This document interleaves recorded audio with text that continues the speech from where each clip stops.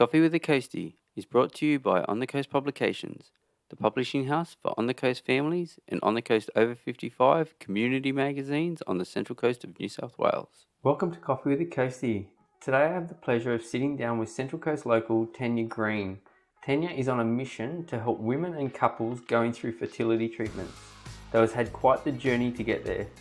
From being told by medical professionals at the age of 16 that she'll never likely have children, to having children in her 20s, only to find herself undergoing fertility treatments later in life. It is this journey that has fueled her purpose to create the fertility wellness brand Ivy Dayz, to help others undergoing fertility treatments, and I'm grateful to get the opportunity to sit down and chat with Tanya about this journey and Ivy Dayz. Welcome, Tanya. Thank you, Luke. Thanks for having me. That's okay, and I'm very grateful to have you share your journey, as I'm sure many people will be. Thank you. To start with, in doing these podcasts, I have no idea who will listen to them, though a big part of why I do them is in hope that a message gets shared that helps someone in some way or in any way. So I'd really like to start by asking if you would mind sharing why medical professionals told you when you were 16 that you would never likely have children, how you dealt with that, and what would you share from that experience that would be a benefit to someone going through that at such a young age? It's a big one. Yeah, it is a big one. I think when I was going through my journey into womanhood, things just weren't going for me as they were for my girlfriends. And, I probably went, a couple of years of having my period and then going towards my mum and saying things aren't quite, what the other girls are going through, and I was in a lot of pain and heavy cycles and it just wasn't quite right. And mum is an early childhood nurse, so she's in the healthcare profession, and I'm very thankful that, she took the information I gave her at such a young age, and then we went in and started to get some medical care and try and start finding out why, one, I was in so much pain and why things were a little bit strange for me. And so that started, went off and had some ultrasounds and all the usual things you do for, the pelvic region if some things aren't quite right. And what they discovered through ultrasound was that it looked like I had two uteruses. So there was a duplication there. And this is back in, I think, 96 or 97. So I was about 15, 16 years old. And so then I started and had to go to a gynecologist, which was really unusual at that age and quite fearful. And he didn't believe what the sonographer saw. He felt like you couldn't find that information out with an ultrasound at the time. And I didn't like that particular gynecologist, so we went and saw another one. And I had my first surgery when I was, I think, around 17 or just shy of 17. And that's where they discovered, I had a duplicated uterus, or a what they call a septum. So it separated the two cavities, and that was explaining why I was having heavy periods, because there's essentially two there. And they also found endometriosis, which is really, really rare, it happens all the time now, but is often undiagnosed for many, many years. So I was really fortunate that they actually found that when I was so young, because that's then helped me as I've gone through my journey, I think. But at the time, because of what they found, and I don't know if this is just Central Coast doctors or in general, but that it was so rare that they didn't know how my body was going to respond to carrying children, because there was multiple, there was less room, and then they expected that would result in miscarriage or preterm deliveries or stillbirth. So I'm being told this at 16, and you're not thinking about having a baby at 16. I'm just trying to be a teenager. And so that, I think by the time I was 18 or 19, I'd already had 2 or 3 gynecological procedures. I think I just went with the flow. I don't know if too young. I was too young to probably understand what was happening. And I think if I was to give anybody else some advice on that point, because I was 16 and you're probably not understanding the magnitude of it, is I was lucky that I had a mum that took action. I was saying that I was in pain as a young teenage girl, and my mum took me to seek medical advice. So I think what I would say to anyone who was listening to this at a young age is to listen to your body and to advocate for yourself, but that can be quite hard as a young teenager also.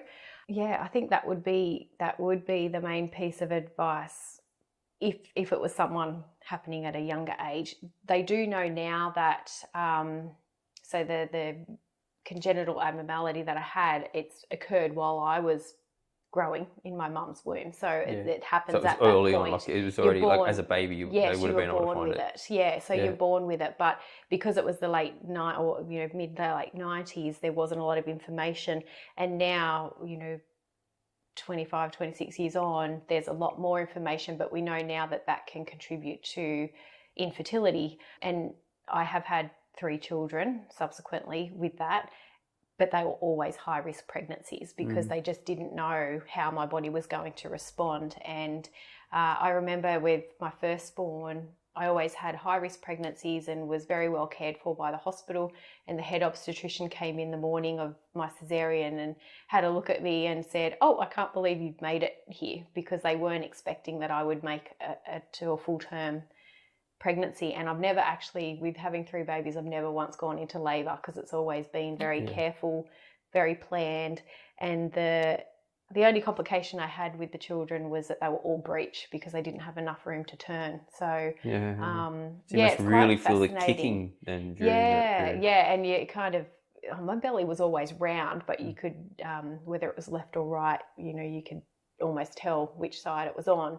But I'm And very they lucky. formed in either side, like either one. Yeah. Wow. Yeah. So I've had lots of surgeries, and yeah, it's very interesting. How common is that?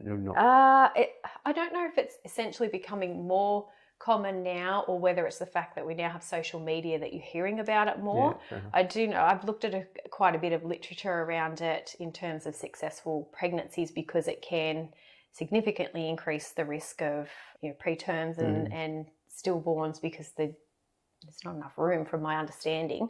I think it was just more when I was my age, back in the 90s, it wasn't very common. And I do know when I was giving birth at Gosford Hospital, I don't think they'd seen very many people like me. And even now, when I still have to go and have ultrasounds, it's often where people will say they've never seen it before. So I'm not sure exactly how common it is, but there's more information out there now, which I think is really good. But going back to what advice would I give, it would always be to listen to your body, especially if you're having pain. If you're having pain at such a young age or at any stage during your cycles, you need to, advocate for yourself and go and get some support and medical advice. Yeah. Now you just shared, and as we mentioned, that you did, against the odds, end up having children in your 20s in a previous marriage. They're now in their teens and older, and that ended up being not until later in life that you were faced with the challenge of infertility. How has this dual experience shaped your perspective on children and infertility? So I think for me, my infertility was a known infertility. So in terms of, I actively took part in essentially becoming infertile, because with my 3rd baby, who was born when I was 25, because I had the complex gynae history and lots of surgeries, we assumed at the time that it wouldn't be safe for me to get pregnant again. So I decided to have my tubes tied at that age. So I knew that I was making myself infertile at that time. But I also, one of the questions they did ask me in that was, you're 25, what happens if you want to go off and have another baby down the track? And I said, well, have a look at my medical history and how many surgeries I've already had. 3 babies, all cesareans. It's not really recommended that you go off and have a 4th. And I said, so the best way for me is to tie my tubes. So let's go ahead and do that. But I think what I've realized now, subsequently getting remarried and wanting to have another baby with my now husband, I still thought coming into my mid-30s that despite having my tubes tied, my eggs would be okay and everything would still work well. But what I've realized is that I'm probably more grateful for my children, because I think if I had have waited, even with my tubes, what I've identified is that I probably would never have been able to have a baby anyway. So it makes me more appreciative of what I actually do have. And then what I'm realizing in going down this journey and creating the new business and doing a lot more research and being in the space a lot more is that we need to protect our fertility. Like our bodies are designed to have babies in our 20s. Well, early 30s, but really in our 20s, from my opinion. I'm not a doctor, but your bodies are that's when they're supposed to do it. And I think looking back now, going through those dual experiences of being a young mum, or essentially a teenage mum, and then trying to get pregnant in my late 30s, early 40s, is that I've just realised that fertility aspect is so important. And we go off and we can live our lives, or we wait for everything to be lined up. Do we have the house? Have we had other experiences? Do we have a good job? And we want things to be lined up so that, I suppose, essentially we can support a family better. But the fertility doesn't wait, especially for females. It's not waiting for all of those things to happen. And being in this space now around supporting people in their fertility wellness, it's really prevalent, and we're delaying having children for lots of reasons, which are quite okay, but you're taking a risk in that. And I realise how special your fertility is. If you think you at some stage in your life want to start a family, but you're not ready, I really think in your 20s, late 20s, start researching and having a look at it. And also just the fact that womb wellness is important as well. So there's so much happening silently inside a woman that we don't know about, and then you go and try and have a baby and then it starts unraveling some of it. And I just think protecting your fertility is just so important, and I think that's an area that's not often discussed, but infertility is becoming so prevalent now. Through lifestyle choices and age and a whole, environmental factors and so many different things. But yeah, I think protecting your fertility is the key thing. It is interesting. Like, as I've already shared with you, like my wife and I have had kids much later on in life. It's, so I very much relate to what you mentioned about wanting to feel like you're more secure, wanting to feel like you can provide and think and all this sort of stuff. Where in my 20s, like, not that my wife and I were together in my 20s, we met when I was in my late 20s, but it just took a long time. We're like, oh no, we need to go on holiday first. So I can very much relate to the person out there, and I know my wife can too. Like, cause she's where didn't have her first kids until late 30s or mid 30s or whatever, or late 30s for me, mid 30s for my wife. And infertility is certainly trying to get all those boxes ticks, before you go and have kids. And I can wholeheartedly say, being a young mum, that it's not easy, because you're not really financially positioned. I was 20 when I had my first child, but you make it work. No matter what really is happening, you make it work. And I hear lots of people saying, oh, it's not the right time, or we're waiting for things to happen first. And that's completely up to the individual to do that. I really appreciate that. But watching women go through what they're going through now as a direct correlation of decisions made is hard to watch. But you also appreciate everyone has to go and live their own life the way they want to live it. But it's something you can't get back. It's not an infinite resource. And I wish there was more discussion around that, especially for women, because it's an aging process. Our eggs will stop at some point, and I really thought that even though I didn't have my tubes, I had my eggs, and that's fine, and we'll be all hunky-dory and off we go. And that wasn't the case at all, and it was a really big realisation to have. Do you mind if I ask, like, obviously, yes, there is that thing, I've just got my eggs. So what is it that causes infertility when you think of it? Well, infertility can be for so many reasons. So there's not being a medical professional, but, there's unexplained infertility. Well, I suppose in your circumstance, then, if you can only speak of your own circumstance. So mine was really around, not having my tubes, my eggs can't get to where they need to on their own. So you need the medical intervention. So we always knew when I started dating my husband Jordan, one of the first things I think on our first few dates were, because I never thought when I separated from my marriage, it wasn't really a thing that I ever thought about, because I thought I'll be a stepmom maybe at some point. Didn't ever think about wanting any more children. And then Jordan came into my life and all of a sudden that was on the cards. But one of our first few conversations within our first few dates was, if you want children, then we're best to probably not pursue this, because I can't have any. I don't think I can have children. And, you know, he knew that about me. And when he proposed, one of my first thing out of my mouth was, "Are you sure?" And he was a little bit insulted, and he still says it to today, that's what I said.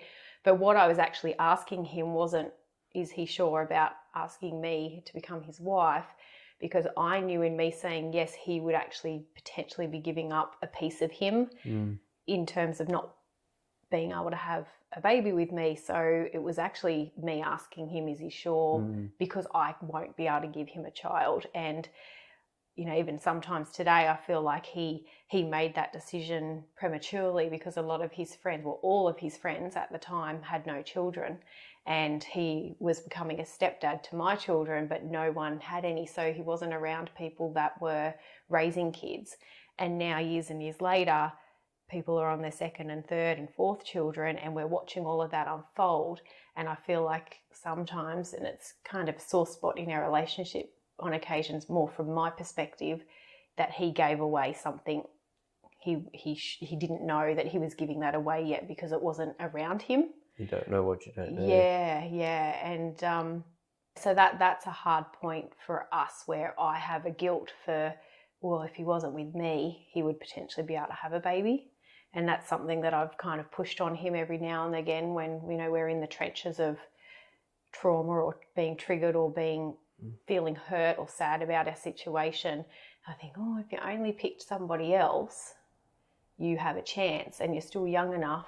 You know, do we want to continue on this path together? And he will always come back to me and say, like, I picked you. You know, I knew what I was doing, and you know, he's my rock. He's my person. But we make these decisions in our life, and we just don't know what's going to happen with it. Yeah. Well, thank you for sharing that. That's a bit full on. No, it's also everybody goes through these, well, not that particularly, but, you know, challenging times in a relationship. So to hear you speak of it is very. Yeah, it's like the crossroad. Like, you know, do you turn left or do you turn right? And both paths are unknown. You know, we tried.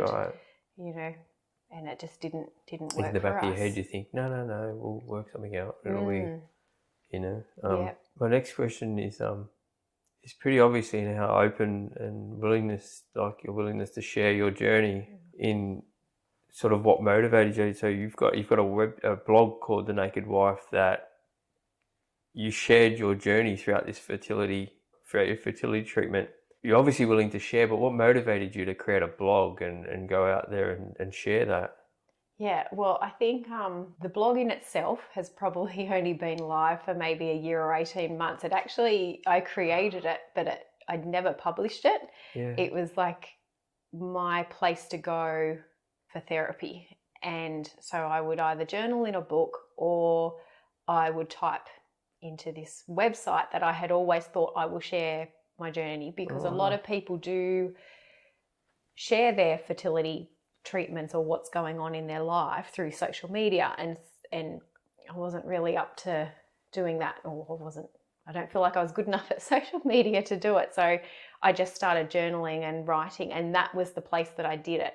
But it took me a long time to publish it, and to be honest, I don't know if anyone sees it or reads it. But the motivation behind it was really for me in a therapeutic way to get my thoughts out onto paper.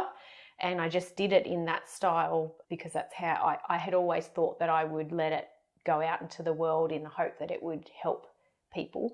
Yeah. I was hopeful when I started it that I would end up having my happy ending and be able to share all those tips and steps that I took to get to there. But, that hasn't happened. So it's kind of gone the other way. But really it was all around therapy. But I also believe that people's stories have power.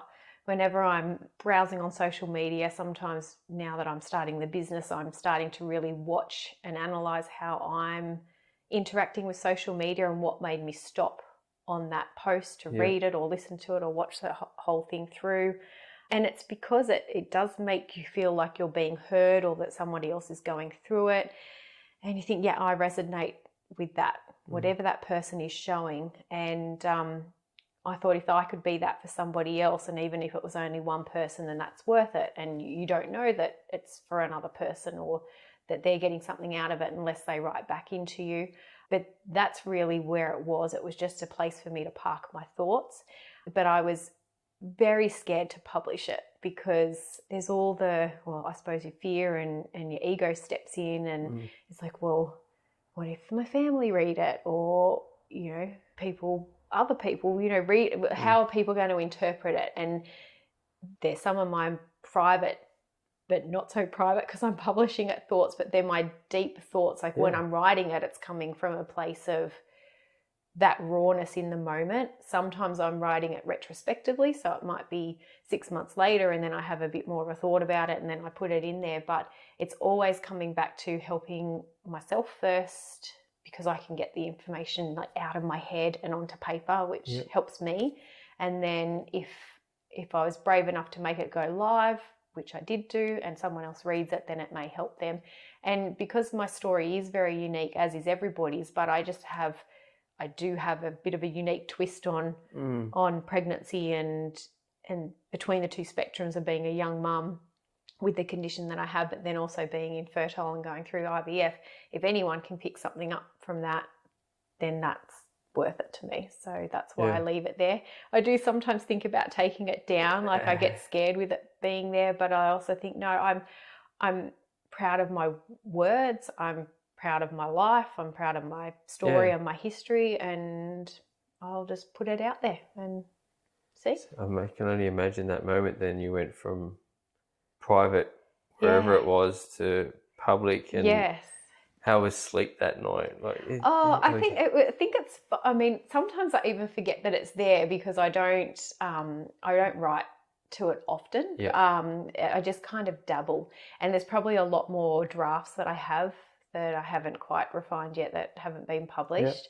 But what I really appreciate about it for my own self is sometimes I go back and read it for myself and I think, wow, look how far I've come, or I actually don't remember that I had that thought or that I was feeling that way, and then I can see how much I've grown as a person, or the things that I was feeling 2 or 3 years ago to now how I would feel about the same situation. So it's almost allowing me to learn about my own behaviours and improve those, or just be proud of what I've accomplished and what I've achieved. And I think it's a more permanent fixture than, say, social media, where it's a reel or one post, and I can write so much more rather than just 1 or 2 sentences. I really want to do a full brain dump and then put it there, and like I said, some are still in draft form and I haven't put them out, but I was very scared to post it. I don't think I've had anyone come back to me and say they've really read it though, so I don't. Hopefully. Thank you. Even Jordan's post, you put Jordan's post up there, and about the male perspective of the process as well. And he wrote that male perspective piece while I was undergoing an egg collection. So I was in Brisbane. I was fast asleep having my procedure done, and he was sitting downstairs waiting for me, and he wrote that while he waited. So that was really raw for him as well, because it was all happening in the minute. I would actually really like him to do that a little bit more, I think, because he's got a way with words for himself as well. And I truly believe writing is therapeutic, whether no one sees it, whether you write it down and burn it, whatever you want to do. I really do think, especially when you're going through grief and trauma and fertility, or anything that you need to try and work through, I really feel that writing has a lot of power. So that's something that I would encourage for people going through fertility treatments, even if no one sees it. It's no one else's business. But if you want to put it out to the world, put it out to the world. But yeah, it's therapy for me. Yeah. Yeah, I think you even, it was an article you wrote about this, is therapy for me. Yes. Yeah. You speak of trauma and its long-lasting effects on your blog, The Naked Wife. Can you share any coping strategies or advice that those currently in the midst of their fertility struggles? Yeah, I think I speak of the fact that trauma is long-lasting because I don't think there's a life cycle on grief. And I think the fertility process, whether you're successful or not, leaves an imprint. I don't think you can go through this type of experience and walk away unscathed. And there's triggers everywhere. So from being it's interesting for me because I'm triggered by the fact that I wasn't successful having a baby with my husband, who then will not get the opportunity to have a baby. So I watch and observe him, and then I've got trauma around not having those experiences with him. But then I already have 3 children. I'm very lucky and grateful for that as well, but it's a trauma attached to the now with Jordan and not being able to have a baby. And then you see things everywhere. The mum's walking down the street with the baby, and then there's Father's Day and Mother's Day, and the dad playing soccer with his kid, and it is everywhere. And I find that it's work quite often. It's work all the time to try and move through it. Some days are easier than others, and I think because even though we're a couple of years out of the fertility treatment now, I still always go back to, did I make the right decision? Could I have tried harder? Should I have made a different decision? And you're surrounded by kids everywhere. And I think in terms of strategies, you can probably hear I'm trying to work through my own strategies. But for me, my strategy is I do my writing. So that's one of them. I think another one is creating Ivy Dayz, because there's an experience there that I can now shift and shape into a more positive experience. And perhaps sometimes I look at it and think, well, the universe wasn't aligned to give us a baby, but maybe it was aligning to do this instead. So I just try and reframe why it didn't work for us. But I think for me, one of the other aspects around, just circling back to something that triggers me, is that I've created this business, which I'm really proud of, and I'm proud of the purpose. But what was unusual that I'm finding that I wasn't expecting is that we've stepped out of fertility treatments, but yet I've reinserted myself back into the space of infertility and people undergoing fertility treatments. And for the people who have purchased my products, the majority of them, I've opened up conversations with them. So I'm aware of where they're up to in their cycles and what's happening for them, and whether they're being successful or it's on hold or they've had losses. And what I wasn't expecting was to be really pulled into that and have so much emotion and feeling for those couples and for the people going through it. It's like I'm being pulled back in every time. And so then I'm trying to figure out my way of, how do I navigate this? Because I've got my own trauma attached with it, but I want to help other people, and I think I've got something of value to help them through their cycles, but yet I'm also going through the motion of learning how to... Yes, exactly. And I want so desperately for every person that I'm involved with to have a good outcome. And I also know, the women, I sent her one of the on-the-go pouches last week to someone urgently because she was on her second day of her cycle.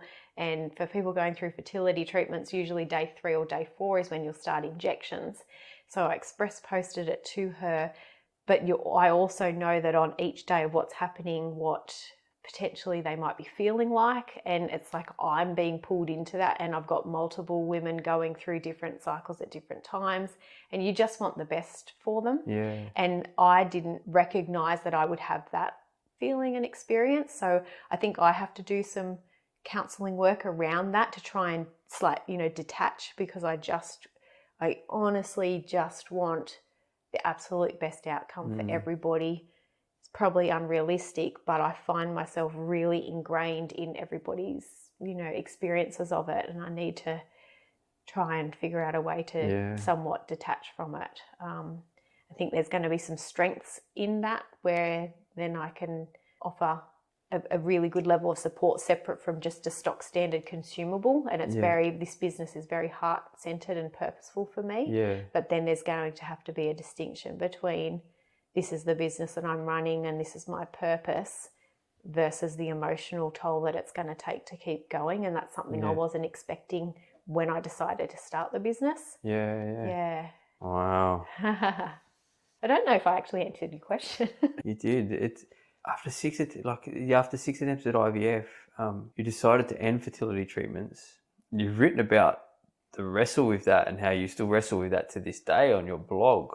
I think I've shared to have children. Someone very close to me doesn't, and it's maybe we've had this conversation offline. I don't even know how to approach that conversation to say, "Oh, how are you going?" or whatever that is. And so, to think of where you'd be at and how to make that decision of, oh, we're going to end this, and that must, and you write about it, you say it still weighs today, and you touched on it a bit before, did you do the right thing, even whilst going through it, could I have done something differently at that point, or whatever that may have been. So to make a decision to stop, I can imagine is probably the hardest decision in the world. Do you mind sharing some of making that decision? Purely up to you though. Yeah. Because it's a very deep conversation. It is. It was very, very hard. And I will say quite transparently that the decision was, I made it for us as a couple, rightly or wrongly. I think I wrestled with it. Was soon after our 6th failed cycle, and we had an embryo transfer that time. So the expectations are, you hope.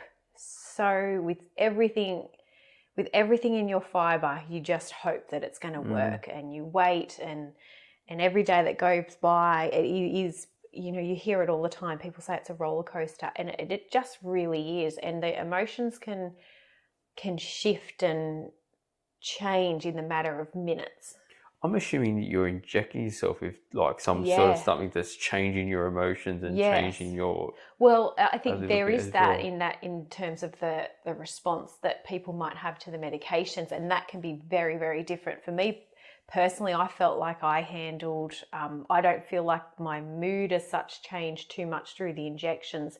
I think it's more the emotional component of it, where you have highs and lows, and you going through all your monitoring appointments and your blood work, and you wait with bated breath as to what the doctor or the nurse is going to ring with, and then if you get lucky enough to have an embryo transfer, there's what's known as the 2-week wait between the time the embryo is placed back into the uterus to then when you can have a blood test or a pregnancy test to see whether the baby's stuck or not. And there's nothing really, you can't do anything in that week in terms of, you can't change the outcome. Your body is going to do what it's going to do.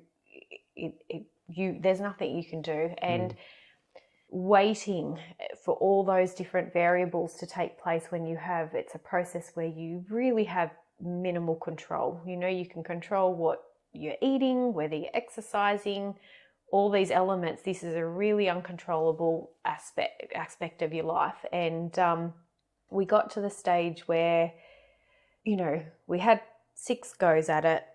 We could have probably kept going, but what I had to look at for me was the fact that I was a couple of weeks away from turning 40, and based on my results and 6 cycles, and I had very high dose cycles with very limited results. We didn't get many eggs out of all 6 cycles, and the writing was on the wall.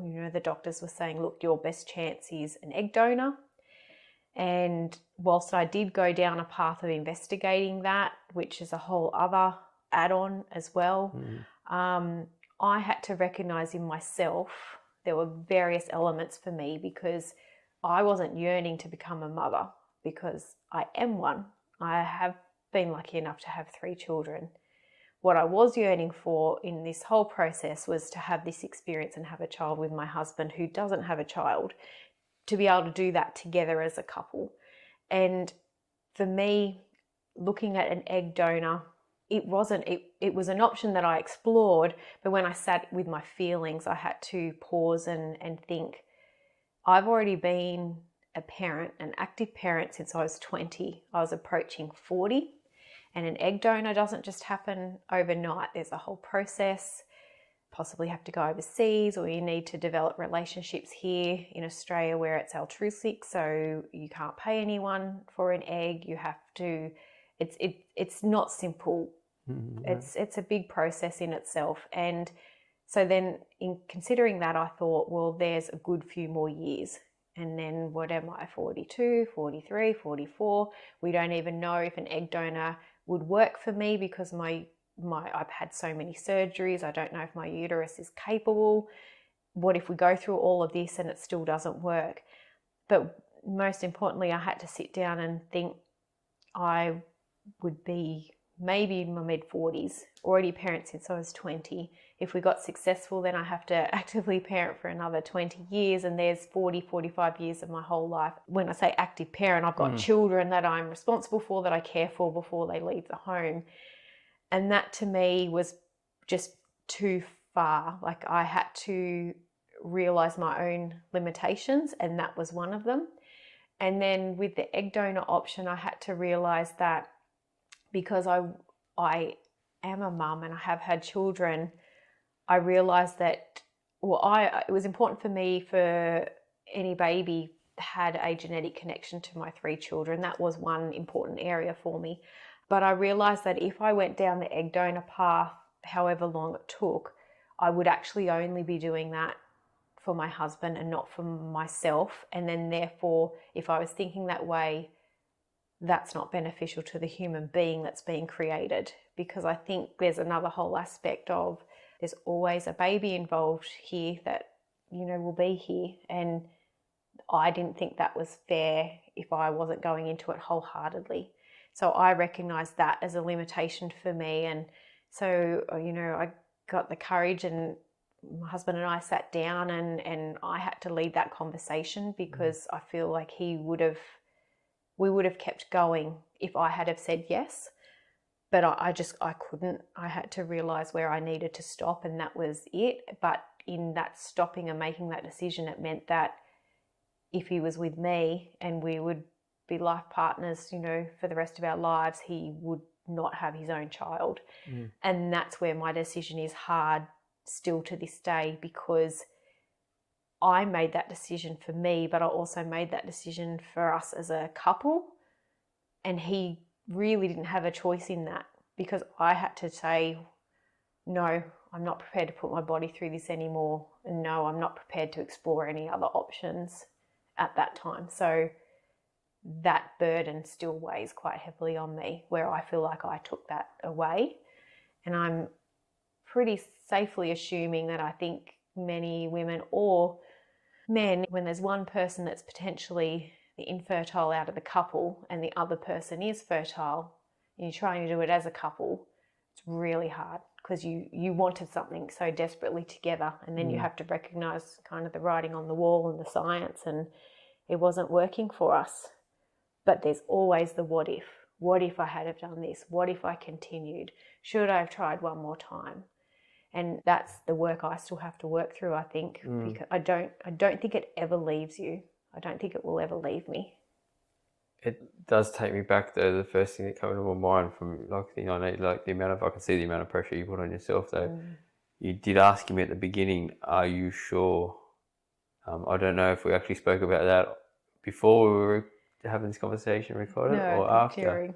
Yeah. Or during, but so I can't even begin to imagine the journey, to be honest. But yeah, it is. I think with any, you talk about age. I'm 46, and I've said, I've got an 8-week-old, and I think, I'm going to be 60, and I'm going to be 14, like 60. I remember when I was younger, looking at people that are 60, they were old. You know what I mean? And now I'm going to be 60 with a 14-year-old. It definitely makes you, or for me, just makes me compassionate towards anybody's journey, because they're all different, right? We're all very different, experiencing very different things, all asking what if, you know, of everything that we go through. Yeah, and I think that is the compassion that comes when you go through hardship, whatever that might be. It does open yourself up to see things from different perspectives when you actually go through it. And it is something that infertility and fertility treatments, it is genuinely something that you could say, unless you have been through it, you can't really recognize it, because you can be there on the outsides or the outskirts of someone that you love and adore and support them.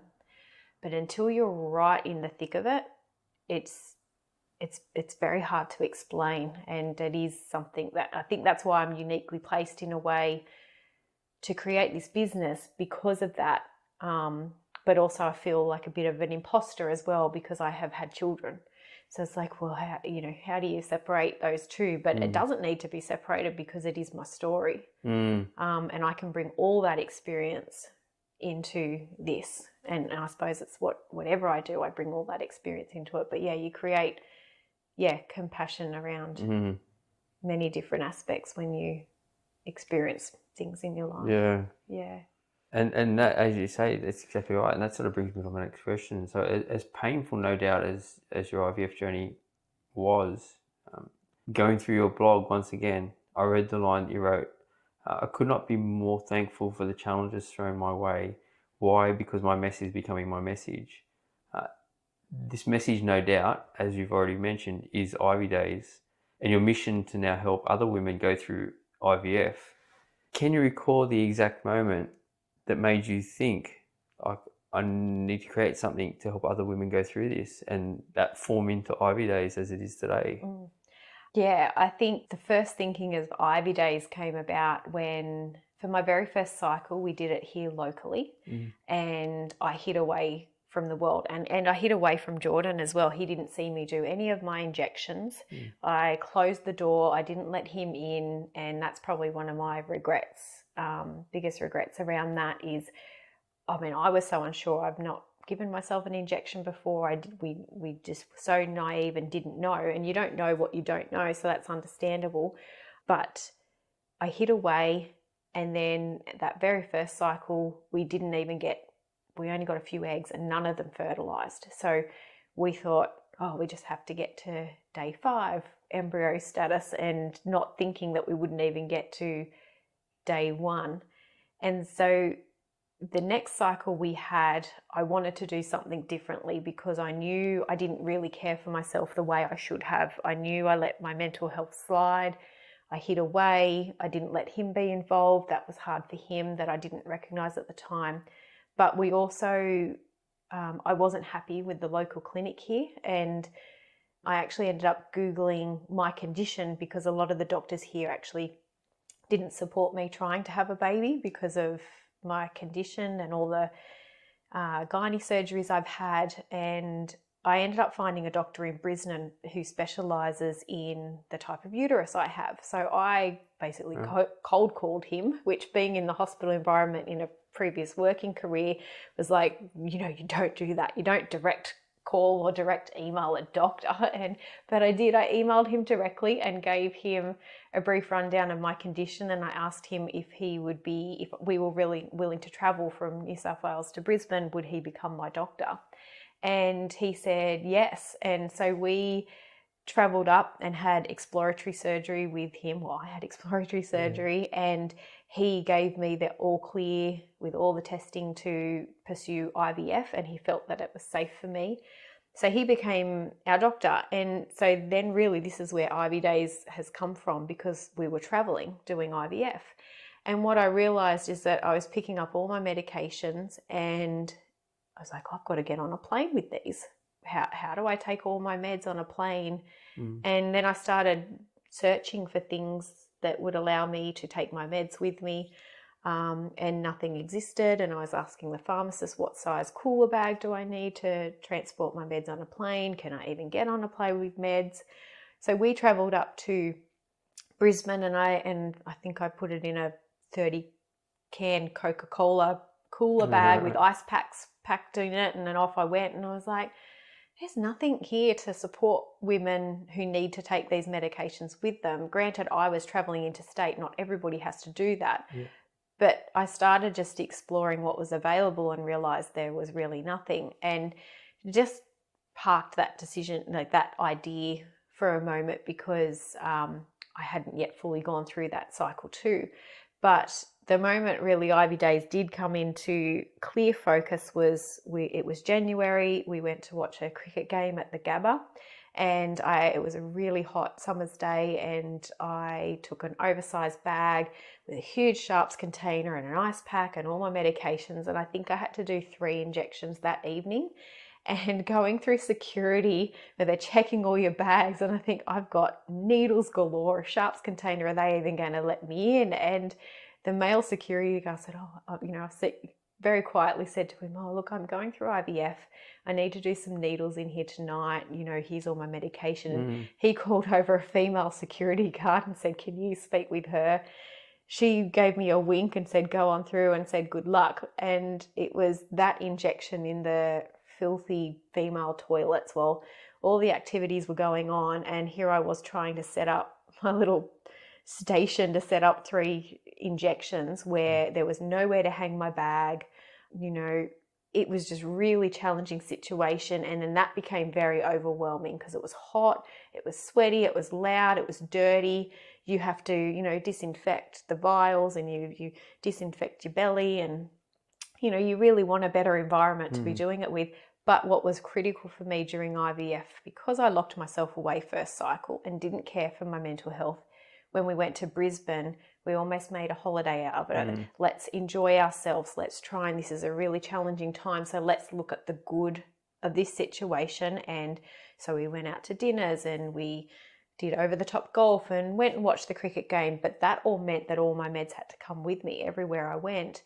And that's the day really the pouch came into my mind, because I thought there has to be a better way for women to have a life during IVF, because you don't have to lock yourself away. You should be able to go out and experience the joyful moments, because it's in the joy that we, potentially become less stressed, and then that can have positive benefits on our body and our hormones. And so it just really was like there's nothing on the market. And then throughout all my cycles, those type of activities continues, not necessarily getting out and about, but just the requirement to inject in different places. It might have been in the car, on the side of the road, because when the alarm bell rings that you need to do your injection, because it's very timed, wherever you are, you need to do them. So you need to take your meds with you, and you need to make sure that some of them need to be kept cool. And there was nothing on the market. I learned going through the different cycles when I started doing more research. So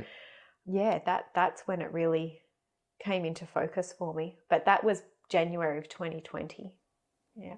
So a few years ago. You certainly changed the environment from the first time around to the second time I did, around. yes. Well, the rest of our cycles, bar one, was in Brisbane. So we travelled You stayed with 4 that times. same doctor in Yes, Brisbane and after we that? we relocated ourselves for the duration. So we would go up for 2 to 4 weeks each time, and get an Airbnb apartment and just stay up there and be close to the doctor. I did actually travel in May of 2020 when the first COVID wave came. That was really interesting, because I was quite literally in Brisbane Airport, the only person other than security in Brisbane Airport for about 4 or 5 hours, because there were no flights. You weren't allowed really to travel, and I had the permission granted to go into the state, but it was also new. And I've got video footage of me walking around Brisbane Airport with the speakers going, and no one was there but me, just me. And that was really interesting. Can only think, so we went into lockdown and we all got locked up, and we all got stuck with our thoughts, and we all, you weren't able to get out, and you've just finished something like this after 6 attempts, and you're locked down and you're inside.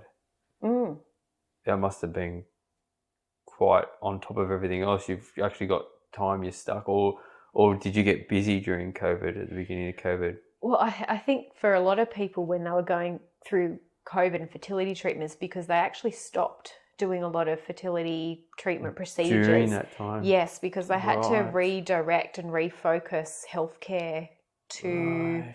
I suppose what they were saying, the people in higher need, Yeah. you know, who were contracting COVID and then having multiple issues and going into hospital, and that's where the care was focused. So they shut down a lot of... So it wasn't just you, it's a lot of people everyone, that had to stop. stop. Suffer, if you like, during that period. and be put on hold. And Wow. I think there was some, I can't remember if it was in Victoria only, or a lot of advocates really rose up, and the government shifted their perspective because they were saying that it wasn't an urgent procedure, when in fact, you know, it is, because every month that goes by, especially if you're, you know, it is a month they'll never get back. It's a month that you don't get back, and they were putting everything on hold. And so some of our cycles didn't proceed as we had hoped. We couldn't go ahead with them, so our cycles were delayed as a result. You know, I don't think any of that changed the outcome, but yeah, you're right. COVID, I'm sure, gave a lot of people a lot of time to think about things and where they're at. And, you know, we transitioned from being so busy to then being perhaps not so busy. But then I think there's also a silver lining in that, like, you know, like the work from home, and we can adapt and shift the way we actually live our lives. And I think COVID in many ways from that perspective probably allowed a lot of doors to open for a lot of people. Yeah. But for fertility, it was really hard being told that you can't it had to all be put on hold. And every month is vital. So as soon as we were allowed in and you got the paperwork, you know, I was on a plane going up to Brisbane for some, you know, scanning or some, you know, tests, and then I'd fly back, and then we would drive up together, and my son would come with me, and we'd go and live up there for a few weeks and do the cycles. But that's where I really saw, I suppose, the benefit to my mental health, which I think we still would have done even if we were here, was where you can actually have a positive experience during the cycle, even though it's really hard. And it's rather just than staying at home, not doing anything, not allowing yourself to go anywhere, and try to make yourself more relaxed throughout that process. Yes, try and find the moments of the joy in between all the chaos, which is really possible. And I think with Ivy Dayz, that's my main message, but it's not to diminish anybody's feelings, because it's really hard. It's such a hard process, but I want to come in from a different perspective and say it absolutely is, and it's very valid, everything you're feeling. But there are also other ways to help yourself and look at it slightly differently as well. And even if it's just as simple as date night, you know, going and sitting at the park, watching the sunset together. And then if you need to take your medicine with you, well, I've provided the solution. Right. So it's trying to just be a more holistic around what are the areas in this process which is challenging that you can control, because the process of treatments, you can't control the outcome. And there's many businesses around nutrition and exercise and acupuncture and vitamins and supplements, but there wasn't anything in the space of what I have created. Well, I don't believe there to be, certainly not in Australia. And then that was my main thing, was to promote women's wellness, that they can have a more positive experience, but it requires, I suppose, a bit of a mental health shift and just realising that their wellness is super important, and to encourage them to invoke that wellness while they're going through this process. Yeah. And give themselves permission to try to live a partially normal life if you can, or whatever normal is when you're going through that. Yes. One of my first customers, she bought the bag because she was cycling and she was going to a wedding. And it was so lovely to see the photo of her in a beautiful gown with the bag, and she was able to go and do her injections and be at the wedding. And, you know, that it just... it really warms my heart, because that's exactly why I made it. But it's not just for the weddings. It's if you need to go to work or if you need to travel. But the whole premise of it is just here's a tool. My brand and the bag that I've created is not going to guarantee you a baby, but it may well help you in that journey to just have a more comfortable experience. And there's elements of control that you can impart on your experience, but that's up to the individual. Yeah. We touched on before about the blog sitting dormant in your own little personal environment before you put it out into the world. And it touches on one of the other things that I found online, which was one of the very first videos that you did with regard to Ivy Dayz. And you recorded it, I believe it was in the July of 22, but didn't post it until December. And even in the comment, you'd written, I've been too scared to post it, but I've realised that by not doing so, I'm only hurting myself. To be honest, obviously this conversation and the brand, everything's about Ivy Dayz, but I think this touches on everything, including myself. I'm curious about you sharing how you feel it's only hurting yourself, and also where that bit of courage come from in the end, and what triggered you to finally post it and go, no, I've got to share this. I think that courage has to almost come every day, it's there some days and it's not other days. Yeah. I think sometimes when I record myself, it's a way of putting a stamp in time about how I'm feeling. And I will just talk, not with the expectation that, or even with my writing, not with the expectation that anybody will see it, but it's just to get those thoughts out of my brain, because I recognize for myself that if I leave them in there, that's not healthy for me. Ferment.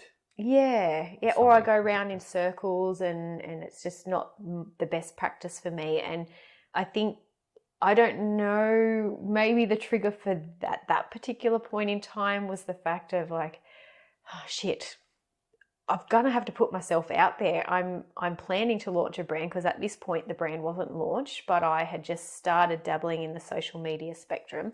I think there's a couple of things. Absolutely, fear just rocks me to the core around what will people think of this, or I'm just adding noise. I'm not a medical professional. How dare I step into this space?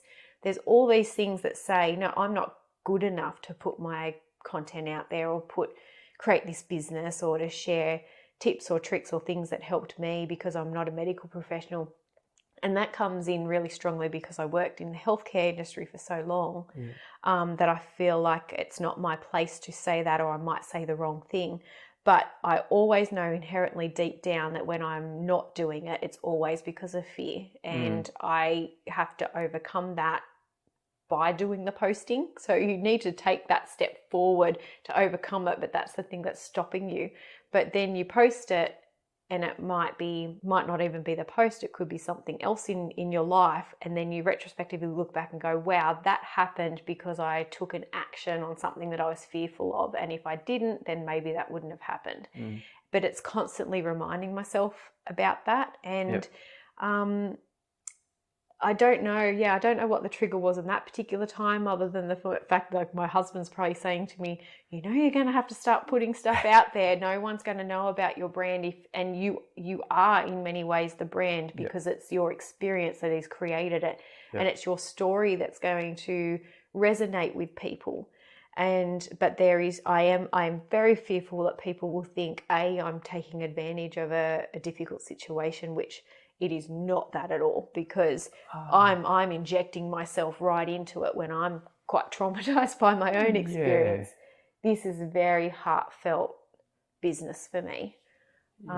It's got a very special place, and it's just the root of me not doing things is always embedded and ingrained in fear. And I know the goodness is on the other side of that. But I always have to push myself towards that. I think that's with a lot of things in life, though, because you just don't know. I mean, I don't know if this business is going to be a success. Like I have visions. I've got so much in my mind about what I want to create with this, and we've started small because that's all we could do for now. And I'm learning how to create a business in this space, in the e-commerce world. But Yeah, it's always embedded in fear, but I always know that I've got to jump that hurdle to then get to the next place. Yeah. And I think you said something about taking advantage, or you said something. Yeah, I get worried that I think I hold back slightly in overly promoting the brand, because I do it's a worry touchy that subject. Yeah, I worry that people will think that I'm trying to take advantage of people when they're vulnerable, because it is a vulnerable component of their life, but it's a tool, it's a support, product. It's something that is not there to take advantage of someone. It's actually something there to help and support. It's very interesting how we can flip that in our own little head, isn't it? Like, even though you've got something that's purely there to help and support, your mind's telling you, like, isn't that crazy? Yeah. It's and also, how dare I stay in this space because I have children? I couldn't possibly understand. That's what my head tells me. Yeah. I'm like, but actually I can, because I went through it. Yeah. I had to inject myself. I had to have all the tests, I've been through it. But every single person's journey is unique and unique to them only. And I know it's bloody hard. And I know in my bones that these products and the things I have planned can and will help people. And that's the driving force to keep going. But there are definitely some days where I retreat and I don't feel strong enough to really push myself in terms of getting the brand out there, because I think, oh no, I don't know, I'm not sure. But I am sure. I am really, really sure. But it's just, the mind plays its tricks. It does. And I have to be strong enough and brave enough to just push to the next step. And everything good that's happened in the brand so far, or in my own learnings with developing a brand, has happened because I've been able to step over that fear and that hurdle. And the next thing wouldn't have happened if I didn't do that step. And then I try and remind myself that. But it's really hard. I suppose it's like anything, you having your first baby, you don't know what's happening. You try and apply for a job or start a new job. You don't know. You just do it. And I think you're doing it with good intentions. So as long as you continue to do it with good intentions, exactly.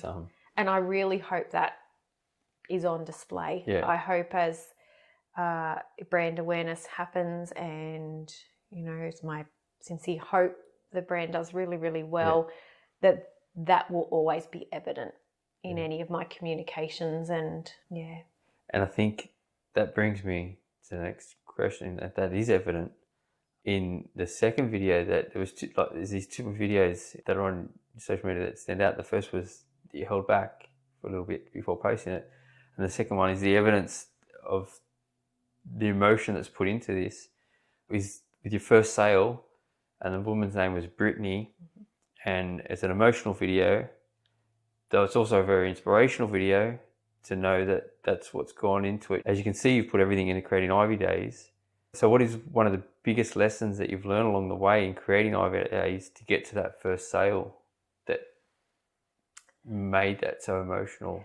Well, I think because I wasn't expecting a sale that day. We launched on the 9th of May this year, 2023. And a few months before the launch, if I can backdate it, I'm a perfectionist. I like to have everything perfect. And I was recognizing that was stopping me and holding me back. And so I knew I needed to set a date for launch, because it was running wild. The product was ready. It was on its way, it was being produced, but we hadn't started advertising.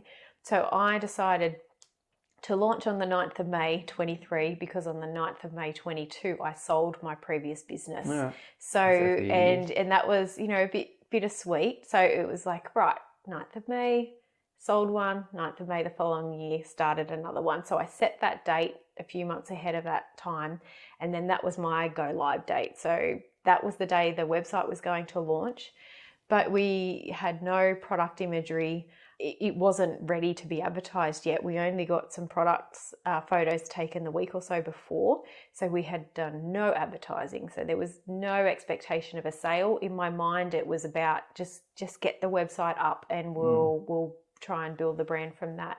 So when I was sitting in front of the laptop and we'd launched it, and my husband was downstairs, in the gym with some buddies, and I heard the cha-ching 20 minutes in, and we were late launching. We were supposed to do it at 9 o'clock, but we had a technical glitch, so it maybe went live at 20 past 9 or 9:30 that morning. Yeah. And I was sitting here just proud that it had been launched, and then to hear this cha-ching from Shopify pop up, and one of the pouches had been bought, and that video that you can't really hear the recording too well because I don't know what I'm doing on social media. The music's quite loud. The background the music was too loud. Yeah. But I just got very emotional, and I thought, I'm just going to put the camera in front of my face and just start talking, and I did, and it was really emotional because the fact that it was so quickly from the website going live, meant that Brittany was sitting waiting, and that was really special in and of itself. It then validated to me someone wants the product. Yeah. And I was really, really overwhelmed by it all. And Brittany and I ended up messaging her, and I had a phone call conversation the next day. Yeah. And I learnt a little bit about her story and why she bought the pouch. And, they weren't ready to start IVF yet. They were a few months away, but she said, but I know I'm not going to be staying at home. I'd like to live my life. And when I saw this, I knew I had to have it. And the fact she hasn't even gone through IVF yet, but she was recognizing that in herself. And I said, this is exactly why I have made it. This is the whole reason this bag came into existence. And she actually saw my video. And she was at work, and she's in healthcare as well. Yeah. And it meant even more from that someone who is providing healthcare purchased the bag. Also, that was also another special part for me because I've got healthcare experience. Yeah. And then I think they'd see a lot, for them to recognise that actually this is something. This is helpful. This is actually something that's going to help on my journey. Yeah. Well, she said she was at work and she started to cry watching the video, and no one knows about their need to use IVF and fertility treatment. And the receptionist had apparently said, are you okay? And she had to walk away. And then she went home and showed her husband. And so we shared, a really lovely conversation with each other. And I've had similar conversations and connections with many of the women who have bought the bag. And it's gathering that feedback. What drew you to the bag? Why was it important for you to have this? Do you feel that there's a need? And then also asking them, is there anything else I can help you with? Is there any other products that you feel you might need in the space? And I'm creating really lovely connections with the majority of them, which is really nice. And just the fact that somebody else has recognized they need it and it will be helpful to them, that's all what it's about. Yeah. And I had someone purchase on the weekend and she forgot to pop express post in, and her cycle has already commenced. And I just said, don't worry about it, I will express post it to you. And she messaged me a couple of days ago with photos of the bag, and slowly but surely it's becoming known, very slowly. But I'm still learning in myself in building this business around advertising, and this is a whole new skill set to me. So I'm just giving myself permission to take my time with it, because this is just not another consumer brand. This isn't something that someone's going to come in and they repeat buy, or there's a very special need for if they're buying, they're recognizing the need for them in themselves. And it's not going to be for everybody. Some people will say, I don't need that, I'll go to Kmart and buy an insulated bag and put an ice pack in, and that is perfectly okay. But every bag and every purchase that is made is just really special. I think I almost get tears every time at the minute. And, it's very heartfelt, that's for sure. Yeah, and I've sent a few to America now. One's gone to New Zealand, and it's like people are seeing it. They're finding it. And I have to just continue to be brave enough to post about it and to share my story and to post about it on social media so that people can see it. Yeah. And know it's here for them. And then it's created from the Central Coast. Yeah, it is.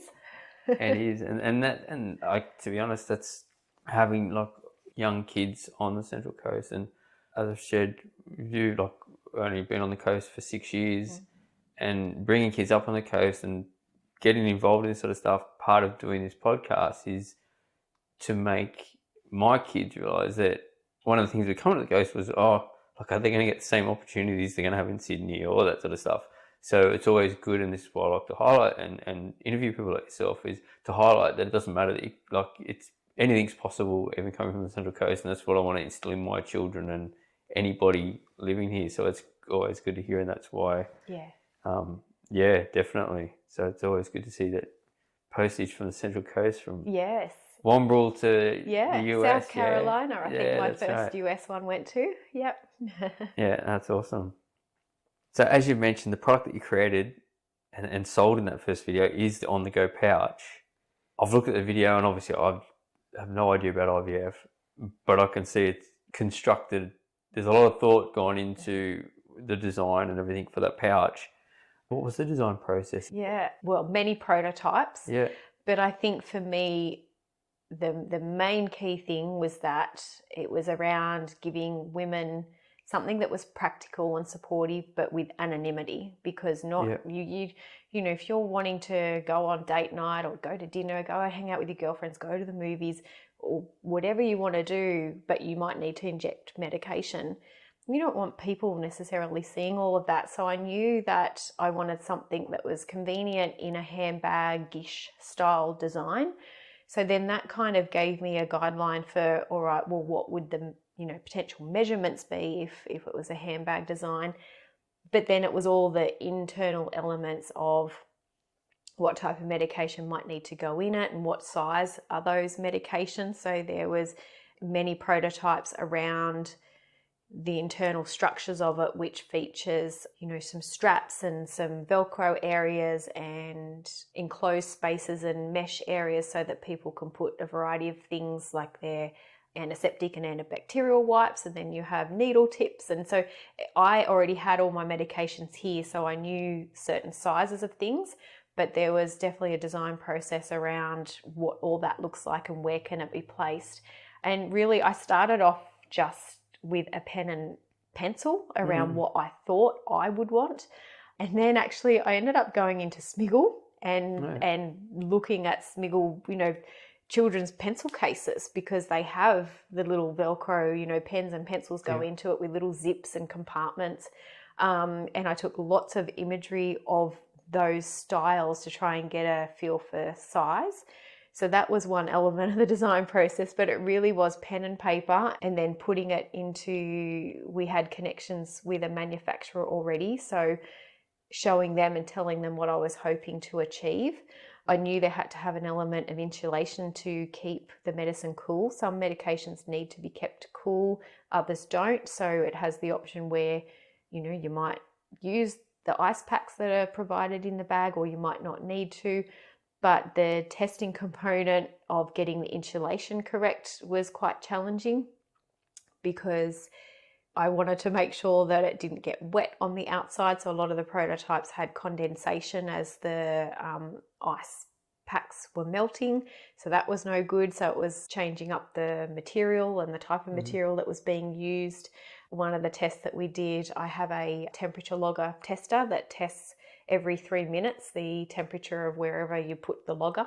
So I'm able to capture really good data in different environments around how the bag's performing.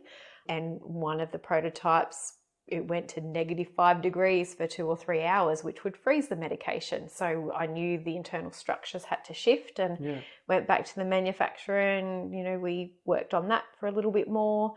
So lots of prototyping where they would make a bag with my information. They'd send it to me, I would test and then adapt from there. And we've finally gotten to a bag now that has no condensation on the outside, it stays cool, and it includes a sharps container inside of it. So that was a really important feature that I wanted to add, because everywhere I traveled, I had a really big, 700 mil, a litre sharps container, which was massive. So we're able to fit a travel sharps container in it, and you can use it hands-free. So like me, I was in the Gabba with filthy dirty bathroom. There was nowhere I could hang my bag, so the strap can actually open. You can lengthen the strap and open the bag 180 degrees, so you actually don't even have to put the bag down at all, and you can inject yourself cleanly and safely, and has an injection mat in it which can be disinfected. So if you are in a situation where you don't have a clean surface, you can take the mat out and use that as a preparation area, and then that can be wiped down and disinfected and put that back in again. So it was really important to consider where would people use it and add those elements in to make sure that they have everything that they need to really, I've called it the on-the-go pouch, because it really just keeps being that statement. I want them to be able to inject and carry their medicine safely on the go. Yeah. If you're at home, you probably have things in your fridge, or you have a different, setup. We do have a fridge caddy to help people maintain their medication in a dedicated area and discrete area. Yeah. Because even putting medication in your fridge, you can put it in the wrong area, and that has a potential consequence of your medications as well. And another reason for starting the business is one of my cycles, my medications did in fact heat up too much, and that cycle did not go very, very well, and the doctor believed it was because my medication heated up, and that was probably one of our most traumatic cycles. So those two elements of the meds heating up on one cycle and then injecting in the filthy female public toilets in Brisbane were the combining forces to create the pouch. The brand itself is around keeping well during fertility treatments and encouraging people to live as normal a life during it, and it is absolutely possible, and here's some support tools that might help you do that. Yeah, I think you're talking about the fridge. I think I haven't seen a video of you describing like putting the fridge in different spots in the fridge. Yes. Yeah. Lastly, what message or piece of advice would you like to share with women or couples currently beginning or even already on their fertility journey? Yeah, I think what I would say is there's a combination of things. I really, really believe your wellness is so important during fertility treatments, and it's a really challenging, difficult journey. And I think there are really good benefits to trying to find moments of joy in amongst it all, and not being in the, pits of despair through the whole process. It is possible to have good moments, and you'll have awful moments, but you are able to experience your fertility treatment slightly differently if you explore those options, and I think that's really important.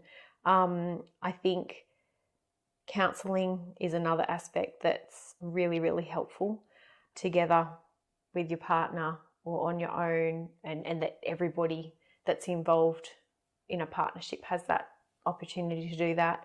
And then communication as well, because I know that I closed my husband out for the first cycle, and then when it actually, the whole experience has made us stronger as a couple, but it equally could have gone the other way, and I think that would have all come down to lack of communication. So I think that's a really important aspect of it for your own sanity and just for the benefit of your relationship. And I also think perhaps you might need to take breaks every now and then and realize that you don't have to go cycle after cycle, and really sit with your feelings and see how you're feeling about everything as you're moving through it, but maybe in between cycles as well. And another piece of advice I would say is, if you're feeling not comfortable with your clinic, to get a second opinion. That's an option. We took that option, and I know many people do that, and I think that's also really important, because no one really knows exactly what your body is going to do, and no one can guarantee anything in this process, but I do believe asking for other opinions can be really, really valuable. And then one last piece of advice is tell people how they can help you. And then you and I were speaking a little bit before we started recording. is that I feel like it's sometimes up to us as the people going through the experience to tell other people how can they best support us, because we had expectations, I suppose. You don't even realize it at the time, but we had expectations around how people might treat us or ask us about our journey or see how we were going or checking in. And people get too scared to ask because they feel like it's a hard conversation, or that you might not want to speak about it, and you might not want to speak about it, and that's perfectly okay. But I do feel there's a responsibility on us going through the treatments to let people know how they can best support us, because I think most people, your loved ones around you, probably want to support you, but sometimes they're unsure.